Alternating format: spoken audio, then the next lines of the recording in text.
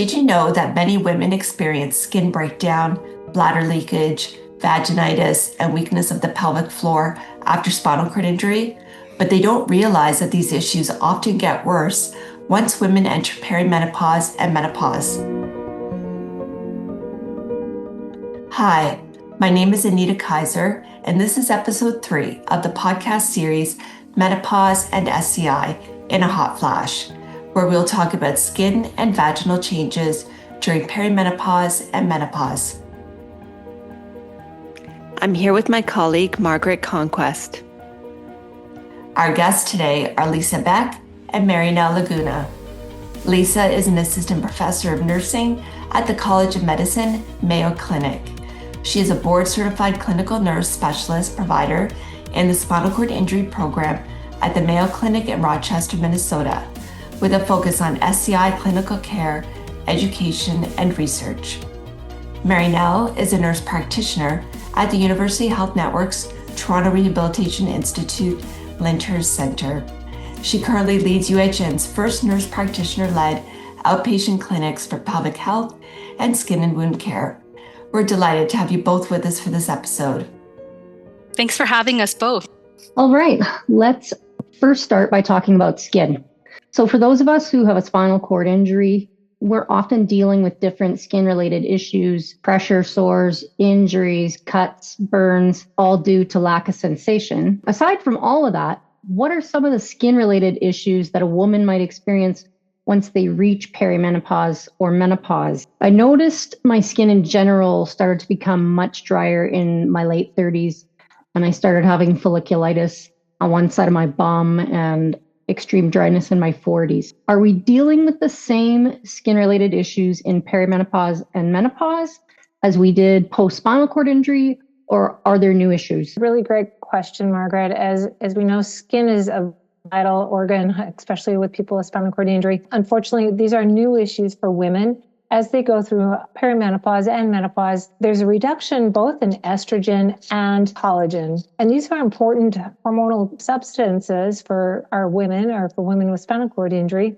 because estrogen helps skin produce oil and hold on to water. With the reduction of the estrogen, we're going to see drier skin, thinner skin. And then the collagen gives that skin the plumpness and structure. So with the reduction of collagen, we're going to see fine lines, wrinkles, sagging. We lose that suppleness of skin and the pliability. So it really puts women in the perimenopause phase more at risk for pressure injury, bruising, skin tears, and even some women have a harder time healing wounds. Yeah, I'm definitely noticing the drier skin just in general all over my body. And I also find it's taking longer to heal from even like very small skin injuries now compared to 10, 15 years ago. Of these issues that, you both just described, which ones do you see as being the most often in your practice? And which are the symptoms actually that women complain about the most? Related to the thinner, dry skin that doesn't have elasticity, seeing more women who have been really successful at protecting their insensate skin in their 20s, 30s, and up until mid-40s. This is where they're starting to find more pressure injuries. Yeah, I definitely see dryness and slow healing as well. I see a lot of women with fragile skin, especially around the sacrum and sitting areas. I see little scrapes that can turn into something more serious, especially if they're not caught early. Folliculitis is also something that comes up, especially in those high pressure or low airflow zones in the bum. And I'd say women are really surprised by how quickly their skin starts to feel more papery and thin once they hit around their 40s and 50s. That definitely aligns with what I've experienced.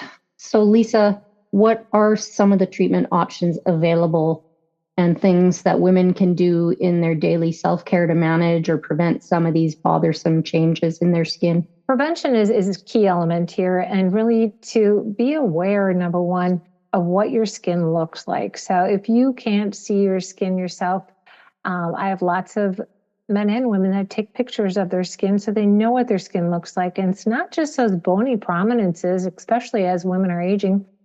Within the perineal region, slide board transfers, sometimes they're hitting labia, sliding over the slide boards. So visual checks of your skin daily. Hydration is so important. having a good nutritional diet, limiting your sugar intake, your alcohol, caffeine intake, as well as limiting ultra-processed foods, being very cautious with transfers. And I really recommend seating clinic assessments, so making sure you map well and are getting good pressure relief in your seating system. That's great. Great information. So spinal cord injuries wreak havoc on our bladder, and many of us that have been living with a spinal cord injury for a while now have been dealing with multiple urinary tract infections over the years, as well as incontinence and bladder and kidney stones. So what's different about all of that once a woman reaches perimenopause and menopause? In menopause, the estrogen levels drop. And when that happens, it's like pulling support beams out from under a structure. So things are going to start to shift. The pelvic floor sort of loses its tone and drops, which changes that angle of the urethra. And that can make catheterization trickier. So finding the urethra becomes harder, especially with reduced sensation that some women with spinal cord injury experience. Other changes are more bladder leaks and UTIs, plus the natural vaginal flora or microbiome shifts, which impacts vaginal pH. And so there's a whole system that becomes prone to recurrent infections, dryness, and inflammation. And as you've mentioned, Anita, there is potential for bladder and kidney stones. When hormone levels drop, it can lead to changes in urine concentration and stone formation. Some women might notice more urgency, incomplete emptying, or even discomfort that gets brushed off as normal aging. Even hydration balance gets a bit trickier. Some women start drinking less water to compensate for some of the changes they're beginning to notice, like leaking, but that can backfire because concentrated urine can irritate the bladder and then raise the risk for infections and stones. So I started to actually have unexplained recurrent UTIs in my early 40s. And then it progressed from there where I had a lot of pain inserting catheters and finding my urethra later on after I'd had my hysterectomy. So my doctor early on prescribed Vagifem a couple times a week, which is a little estrogen tab that goes into the vagina. And later on, after my hysterectomy, when things got a little more progressive, it was increased to 3 times weekly. And then I was also coached along with all of that about lifestyle changes around about soaps, fragrances, even the types of wipes I was using when cathing. I also added a pea-sized amount of Premarin cream to the urethra and clitoris 3 times a week to address the issues around cathing. I did try hydrophilic catheters, but my hand function was too big a barrier for them. Are there other treatment options that you think women can consider? Great that you brought that up, Margaret. I'm so glad you were able to see firsthand the difference that some of these treatments can make. Local estrogen therapy like Vagifem tablets or Premarin cream can really be a game changer when it comes to preventing UTIs and improving comfort in the vaginal and urethral areas. They help to restore healthy tissue. They support natural pH and reduce the friction and irritation that so many women experience with catheter use or even just with daily hygiene. Also, a bladder-friendly diet, like cutting back on things like caffeine, alcohol, and spicy foods, can really help to reduce irritation to the bladder.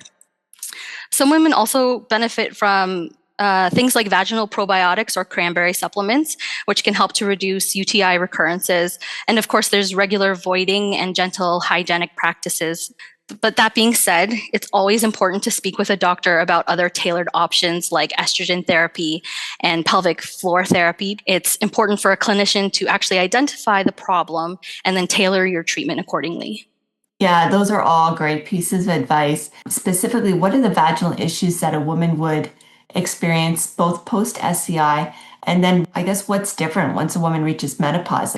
After a spinal cord injury, many women deal with reduced lubrication, lower libido, and altered sensation. And then menopause tends to worsen all of those symptoms. So we start to see more vaginal dryness, which can lead to micro tears, friction injuries, or bleeding with sex, or it can even cause, in general, day-to-day discomfort. Another thing women experience is that touch may feel less pleasurable or not register at all, which of course affects how women experience intimacy. After I healed up from my hysterectomy and ovary removal, I started having a lot of discomfort with sex. I had zero fluid and lubrication. And then the labial dryness got to a next level kind of dryness, cracked and bleeding labia. And even my doctors were surprised to see that. And then I also started to experience recurrent yeast infections. And of course, my sensitivity to touch was a whole lot lower and my orgasms disappeared. The Premarin cream actually helped quite a bit. At this point, this is fairly recent for me. Yay me, my orgasms are back. I did have to work with my partner on new touch techniques. We incorporated silicone-based lube because water-based lube wasn't doing it for me anymore. So it was a group effort. What other treatment options can you say are helpful for your patients? First of all, that's so great to hear and good for you for advocating for yourself. But the first thing I would say, I guess, is to always discuss this with your doctor, whether that is your family doctor or physiatrist, and if your primary care provider is a nurse practitioner. But it's important to really have your symptoms assessed properly and of course, your lady parts examined. Your doctors can connect you with specialists like a gynecologist or urogynecologist for a full pelvic exam and history. The key is really having a team that's checking in regularly and adjusting the plan according to how your needs evolve. So, one of the things that you just spoke about was having and the importance of having a pelvic exam. So I just wanted to dive into that a bit further, Mary, now, what about the pelvic floor? Absolutely. The pelvic floor is like a hammock that supports the bladder, bowel, and your reproductive organs.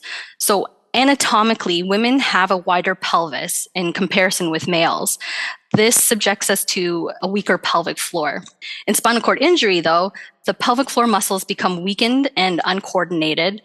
And in menopause, there's further muscle thinning and decreased tone. So symptoms of incontinence, pelvic organ prolapse, and sexual dysfunction may start or be exacerbated. But there are treatments like pelvic floor muscle training and biofeedback that can really help even in women with partial or altered sensation. These therapies can help strengthen and retrain the pelvic muscles to help improve bladder and bowel control and potentially sexual function. Yeah, so you just mentioned about prolapse. Is that really a common issue with women? It is common. Globally, about 40% of women will experience some form of symptoms of pelvic organ prolapse. And in women with spinal cord injury, that number climbs to about 71%. So prolapse happens when the muscles and ligaments that support the pelvic organs, like the bladder, uterus, or rectum, weaken or stretch. That causes those organs to drop into or press against the vaginal wall. It's especially common after things like vaginal childbirth, particularly if the delivery was prolonged or the baby was large or if forceps or a vacuum were used. So for women with spinal cord injuries, the risk is even greater for prolapse. That's partly due to the weakened pelvic floor muscles and partly because experience from chronic straining during bowel routines, especially those with conus or cauda equina spinal cord injuries. Yeah, I wasn't even aware about prolapse until I experienced it myself. I had a long labor when I was pregnant with my daughter and vaginal delivery. And then I was diagnosed with a prolapse soon after that. And it did get to a point where at times I guess my cervix was exposed. So what are some of the treatment options that are available to manage symptoms or even to correct the issues of these different types of prolapse? For milder cases, topical estrogen and pelvic floor therapy can offer some relief. We also can use things like pessaries, which are sort of small devices inserted into the vagina to support the prolapsed organs. If symptoms are more severe or interfere with function, like bowel and bladder function, surgical repair is also a potential option. So throughout this podcast series, we've noticed that a lot of the menopausal symptoms we talk about reduce or disappear with time. What I'd like to ask both of you is if there are things we've talked about today that get better over time with treatment, or do they get worse? I'll just start out related to skin integrity. And unfortunately, skin does not get better over time. As we age, we continue to lose collagen and estrogen. What I would like to suggest is as women have aged through their spinal cord injury or spinal cord dysfunction and doing very well having a green light on their skin integrity, sitting on different surfaces, doing a variety of activities. Now consider your skin on yellow light, more on caution, and be more aware of what you're sitting on, how you're sitting. Has your posture changed over time? Double check in yearly or every other year with your seating specialist, making sure you're mapping well on your surfaces. So just being cautious. I would definitely echo what Lisa said, but I will say that vaginal tissue can regain moisture and elasticity with the right support, like estrogen creams and good skincare. UTIs can become far less frequent with a combination of hormone therapy, hygiene tweaks, and prevention strategies. And sexual function can also improve, especially if communication is open and the partner is on board. Yeah, and I feel like we've touched on this a bit throughout the podcast and talking about how all of these different changes can impact people's quality of life and experience in their relationships. Can you speak a bit more about that? Well, certainly pressure injuries definitely affect quality of life. But again, prevention is key. And with a relationship, that open, honest communication is so important. And being willing to try different positions, maybe even different surfaces, using satin sheets underneath, just to avoid some of that shearing and friction during intercourse. Just being willing to try different things. And again, reminding yourself you're a little bit on caution on your skin integrity. To add to that, I would say these changes affect everything for sure. Your mood, your self-image, how confident you feel in your body, and a small skin tear or a leaking bladder can really derail somebody's whole entire day. And intimacy, that often takes a back seat when women are experiencing these issues. So can you guys tell me, what questions should women be asking their healthcare provider when it comes to their skin, bladder, and pelvic health? We didn't even mention this, but sunscreen protection is so important as we continue to age and protect our skin. And when any changes occur on your skin integrity, you should go and see somebody, a trusted provider that can help you with skin management, wound care, and again, your seating clinic specialist to help offload that area of concern. When it comes to skin, bladder, and pelvic health, women should really feel empowered to ask their doctor simple but important questions. Things like, could my symptoms be related to menopause? Or even asking something more specific like, could this pressure or bulge be a prolapse, can really open the door to more helpful solutions with your healthcare providers. And honestly, if something feels off, whether it's discomfort, leaking, recurring UTIs, or changes in sensation, that is the time to check with your provider. The earlier you bring something up, the easier it usually is to treat. So to end things off, what final message would you want to leave our listeners with? You're not alone. Changes will happen. Talk about it and show it to a trusted healthcare provider. If you found today's talk interesting, check out our action planning tool on the website at www.scifragments.ca and feel free to send us your feedback using the survey provided on our website. In the next episode, we'll talk about osteoporosis and its effects on menopause.